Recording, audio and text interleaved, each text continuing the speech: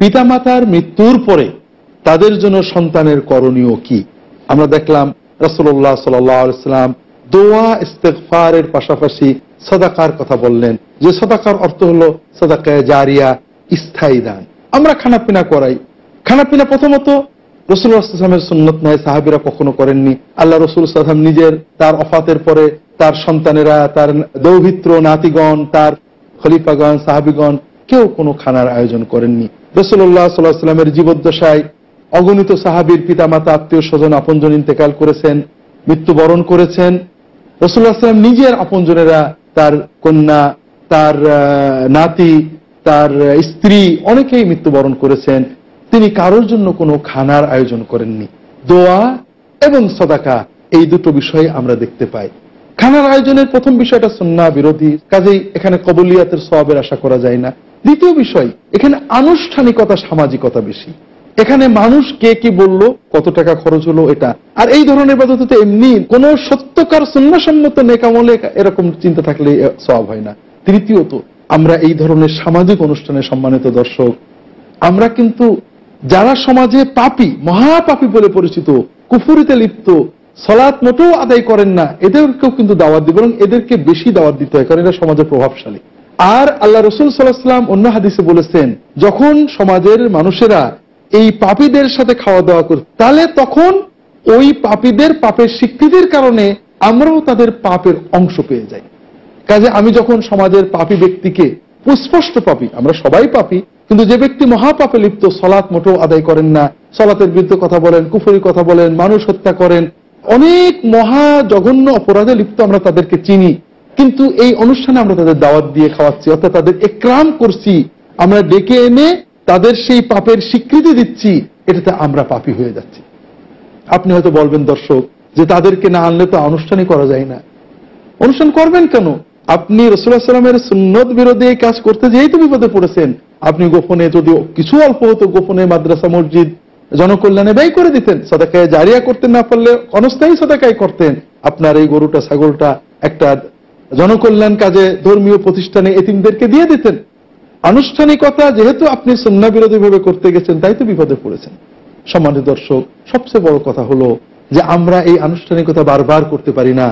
পিতা মাতার মৃত্যুর পরে একবার হয়তো 1 মাস, 2 মাস, 15 দিন, 20 দিন, অথবা কোনো দিন ঠিক করে না করে একটা অনুষ্ঠান করে দিলাম, সমাজের লোকেরা বলল, হ্যাঁ বিশাল কাজ করেছে, পিতা মাতার খুব ভক্ত।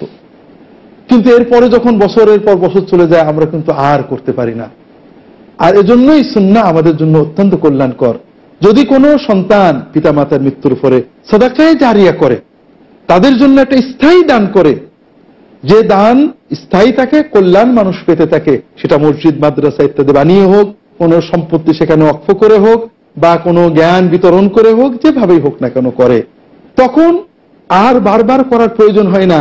এই কল্যাণের প্রতিষ্ঠান বা কল্যাণের কর্মটা যতদিন চলতে থাকবে, তার পিতা মাতা ততদিন কবরে বসে এই সওয়াবটা পেতে থাকবে। কাজেই আমরা সুন্নাহ সম্মতভাবে সাদাকা করার মাধ্যমে পিতা মাতাকে সওয়াব পাঠানোর চেষ্টা করব। আল্লাহ তৌফিক দান করুন, আমিন। আর আগের হাদিসটায় আমরা আরো কয়েকটা বিষয় জানলাম। দোয়া আমরা সবাই করতে পারি, দান আমরা যে যতটুকু পারি করতে পারি, পাশাপাশি তাদের ওয়াদাগুলো পূর্ণ করা, এটা আমাদের দায়িত্ব। তাদের বন্ধুদেরকে সম্মান করা, এই ব্যাপারেও আরো অনেক সহিহ হাদিস রয়েছে। পিতা এবং মাতা যাদের কাছে অন্তর খুলে বসতে পারতেন, যাদের দেখলে খুশি হতেন, যাদের সাথে গল্প আড্ডা দিতেন, তাদের মৃত্যুর পরও তাদেরকে সম্মান করা, তাদেরকে ইকরাম করা, এটা পিতামাতার ইকরামের অংশ। অন্য একটা হাদিস এসেছে, আব্দুল্লাহ ইবনে ওমর রাদিয়াল্লাহু তাআলা আনহু সফরে চলেছেন, হঠাৎ এক বেদুইন, বৃদ্ধ বেদুইন পথে দেখা, তিনি তাড়াতাড়ি উঠ থেকে নেমে তার বসার জায়গায় বসতে দিয়েছেন, নিজের গায়ের চাদর বিছিয়ে দিয়েছেন, অনেক সম্মান করেছেন, নিজের মাথার পাগড়ি খুলে তাকে হাদিয়া দিয়েছেন, চলে গিয়েছে। সাথীরা জিজ্ঞাসা করছেন যে আপনি এটা কি করলেন? এই বেদুইনকে আটানা দিলেই তো খুশি হয়ে যেত, আপনি এত ইকরাম করলেন কেন তাকে? তখন তিনি বললেন যে এই লোকটা আমার আব্বার কাছে যেত, আব্বার সাথে একটা আন্তরিক সম্পর্ক ছিল। আর রাসূলুল্লাহ সাল্লাল্লাহু আলাইহি ওয়াসাল্লাম বলেছেন, পিতামাতার খেদমতের অংশ হলো পিতামাতার বন্ধু বা বান্ধবী, পিতামাতার আপনজনদেরকে সম্মান করা। সম্মানিত দর্শক, এ ব্যাপারে আমাদের খুব খেয়াল রাখতে হবে। পিতামাতা যাদেরকে ভালোবাসতেন, জগতে যাদের সাথে এক বন্ধুত্ব ছিল, তাদের সাথে আমরা সম্মানের আচরণ করা, এটা পিতামাতার প্রতি সম্মান প্রদর্শনের একটা অন্যতম প্রকাশ। এরপরে রাসূলুল্লাহ সাল্লাল্লাহু আলাইহি ওয়াসাল্লাম বললেন, সিলাতুল আরহাম আল্লাতী লা তুসালু ইল্লা বিহিমা, রক্ত সম্পর্ক আত্মীয়তা রক্ষা করা, এটা পিতামাতার খেদমতের সাথে একটা অবিচ্ছেদ্যভাবে জড়িত বিষয়। এ বিষয়ে আমরা পরবর্তীতে বিস্তারিত আলোচনা করব, কারণ আল্লাহ তাআলার এই ওসিয়তগুলো বিভিন্ন স্থানে বিভিন্নভাবে এসেছে। সূরা আনআমের এখানে পিতামাতার খেদমত সংক্ষেপে বলা হয়েছে, কিন্তু সূরা বনী ইসরাঈলে পিতামাতার খেদমতের সাথে আত্মীয় স্বজনের দায়িত্ব পালনের বিষয়টা বিস্তারিত বলা হয়েছে।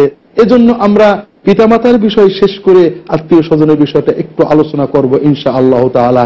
তার আগে আমরা দেখি পিতামাতার খেদমতের এই সওয়াবের পাশাপাশি পিতামাতার অসন্তুষ্টির ব্যাপারে আল্লাহ রাসূল সাল্লাল্লাহু আলাইহি ওয়াসাল্লাম কি বলেছেন।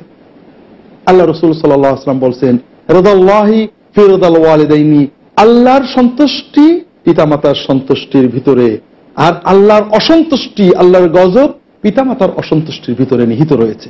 সম্মানিত দর্শক, তাহলে পিতামাতাকে সন্তুষ্ট করা, সেবা করা যেমন মহান ইবাদত, জিহাদের চেয়েও বড় ইবাদত, পিতামাতাকে কষ্ট দেওয়া, তার সামান্যতম অবাধ্য হওয়া কঠিনতম পাপ বলে ইসলাম গণ্য করেছে। আল্লাহ রাসূল সাল্লাল্লাহু আলাইহি ওয়াসাল্লাম বলছেন, ইন্নাল্লাহ হারামা আলাইকুম উকুকাল উম্মাহাত ওয়া ওয়াদাল বানাত, আল্লাহ তাআলা তোমাদের জন্য মায়েদের অবাধ্য হওয়া এবং কন্যা সন্তানদেরকে পুঁতে ফেলা হারাম করে দিয়েছেন। সম্মানিত দর্শক, লক্ষ্য করুন, এখানে দুটোই নারীর কথা বলা হয়েছে। এক নারী আমার মা। সমাজে মায়ের প্রতি অবহেলা অনেক সময় বেশি হয়ে যায়, এজন্য পিতামাতা উভয়ের অবাধ্য হয় হারাম। কিন্তু আল্লাহ রাসূল সাল্লাল্লাহু আলাইহি ওয়াসাল্লাম খাস করে বললেন, বিশেষভাবে বললেন, মায়েদের অবাধ্য হওয়াটা আল্লাহ হারাম করেছেন। আর কন্যাদের, আর এক নারী যে আমার কন্যা, অথচ সামাজিক অনাচারে একসময় মানুষ তাদের পুঁতে ফেলত, এখন মানুষ কন্যা জন্ম বন্ধ করে, ভ্রূণ হত্যা করে, আবার জন্মের পরে মুসলমানেরাও অনেক সময় তাদের প্রতি আচরণগত ত্রুটি করে, অন্যায় আচরণ করে, কখনো বা অবহেলা, কখনো বা সম্পত্তি থেকে বঞ্চনা দেওয়া, কখনো বা অন্যান্য ভাবে তাদেরকে কষ্ট দেওয়া হয়। আর এজন্যই আল্লাহ রাসূল সাল্লাল্লাহু আলাইহি ওয়াসাল্লাম বিশেষ করে মায়েদের অবাধ্য হওয়া আর কন্যার প্রতি জুলুম করার বিষয়টা বিশেষ করে উল্লেখ করে বললেন, আল্লাহ তাআলা তোমাদের জন্য হারাম করেছেন মায়েদের অবাধ্য হওয়া আর কন্যাদের পুঁতে ফেলা। সম্মানিত দর্শক, অন্য হাদিসে আল্লাহ রাসূল সাল্লাল্লাহু আলাইহি ওয়াসাল্লাম শুধু হারামের কথাই বলেননি, আকবারুল কাবায়ের, মহা হারামের ভিতরে শিরিকের পরেই পিতামাতার অবাধ্য হওয়াকে গণ্য করেছেন। সবচেয়ে বড় কবিরা আল্লাহর সাথে শিরিক করা, এর পরের মহাকবিরা পিতামাতার অবাধ্য হওয়া। সম্মানিত দর্শক, শুধু তাই নয়, অনেক কবিরা আল্লাহ মাফ করবেন, তওবায় মাফ করবেন, অথবা তওবা ছাড়াও আল্লাহ দয়া করে মাফ করতে পারেন। শিরিক আল্লাহ তওবা ছাড়া মাফ করবেন না। আর পিতামাতার অবাধ্যতার জন্য আল্লাহ জান্নাত হারাম করবেন, এটা বিভিন্ন সহিহ হাদিসে রাসূলুল্লাহ সাল্লাল্লাহু আলাইহি ওয়াসাল্লাম বলেছেন। সালাসাতুন লা ইয়ানজুরুল্লাহু ইলাইহিম ওয়া লা ইউযাক্কিহিম ওয়া লা ইয়াদখুলুনাল জান্নাহ, তিন শ্রেণীর মানুষ আল্লাহ তাদের রহমত করবেন না, দৃষ্টি দেবেন না, জান্নাতেও প্রবেশ করবেন না। আল আaqu ওয়ালিদাইহি, যে ব্যক্তি পিতা মাতার অবাধ্য, ওয়া মুদমিনু খামর, যে ব্যক্তি মাদক দ্রব্য গ্রহণে নিয়মিত আসক্ত। আর তৃতীয় ব্যক্তির ব্যাপারে কোন কোন হাদিসে আসছে আল মুতারাজ্জিলাতু মিনান নিসা, যে সকল নারী পুরুষালী পোশাক পরেন, পুরুষালী পোশাক পরিধানকারী, পুরুষের ফ্যাশন ধারণকারী যারা নারী, তারাও জান্নাতে প্রবেশ করতে পারবেন না। অন্যান্য হাদিসে, দ্বিতীয় অন্য বর্ণনায়, অন্য হাদিসে রাসূলুল্লাহ সাল্লাল্লাহু আলাইহি ওয়াসাল্লাম এক্ষেত্রে বর্ণনা করেছেন, যে ব্যক্তি তার পরিধেয় পোশাক অর্থাৎ পাজামা, প্যান্ট, লুঙ্গি, পাঞ্জাবি, পিরহান, জুব্বা, টাকনুর নিচে পায়ের গোড়ালির উপরে যে উঁচু হাড় তার নিচেই ঝুলিয়ে পড়ে, ওই ব্যক্তিও জান্নাতে প্রবেশ করতে পারবেন না। আল্লাহ তাদের জন্য জান্নাতকে হারাম করেছেন। সম্মানিত দর্শক, পিতামাতার প্রতি অবাধ্যতা হওয়ার যে মহাপাপ, এটা শুধু জান্নাতেই নয়, দুনিয়াতেও এজন্য আল্লাহ তাআলা কল্যাণ এবং অকল্যাণ দেন। পিতামাতার খেদমত, পিতামাতার সাথে ভালো আচরণ এবং পিতামাতার মাধ্যমে পাওয়া রক্ত সম্পর্কের আত্মীয়তা রক্ষা করার জন্য আল্লাহ দুনিয়াতে বরকত দেন।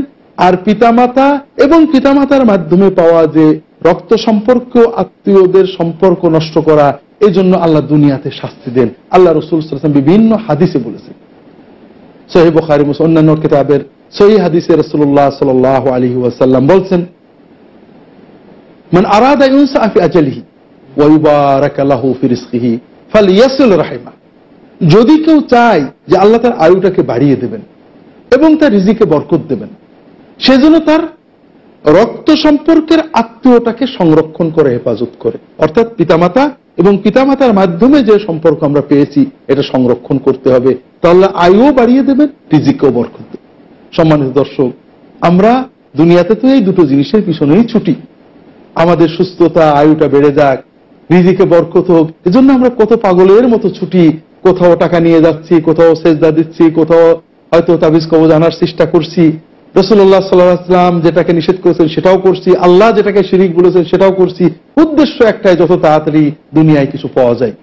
আর আল্লাহ রাসূল সাল্লাল্লাহু আলাইহি ওয়াসাল্লাম যেটা বললেন, যেটা করলে দুনিয়াতে নিশ্চিত আস-সাদিক আল আমিন, যাকে আমরা মহাসত্যবাদী বলে বিশ্বাস করেছি, ঈমান এনেছি, তিনি বলছেন তোমাকে কোথাও দৌড়াতে হবে না, কোথাও যেতে হবে না, তুমি শুধু পিতামাতা এবং রক্ত সম্পর্কের আত্মীয়দের সম্পর্ক রক্ষা করো, সেবা করো, হক আদায় করো, আল্লাহ তোমার আয়ুও বাড়িয়ে দেবেন, তোমাকে আল্লাহ বরকত দান করবেন রিজিকে।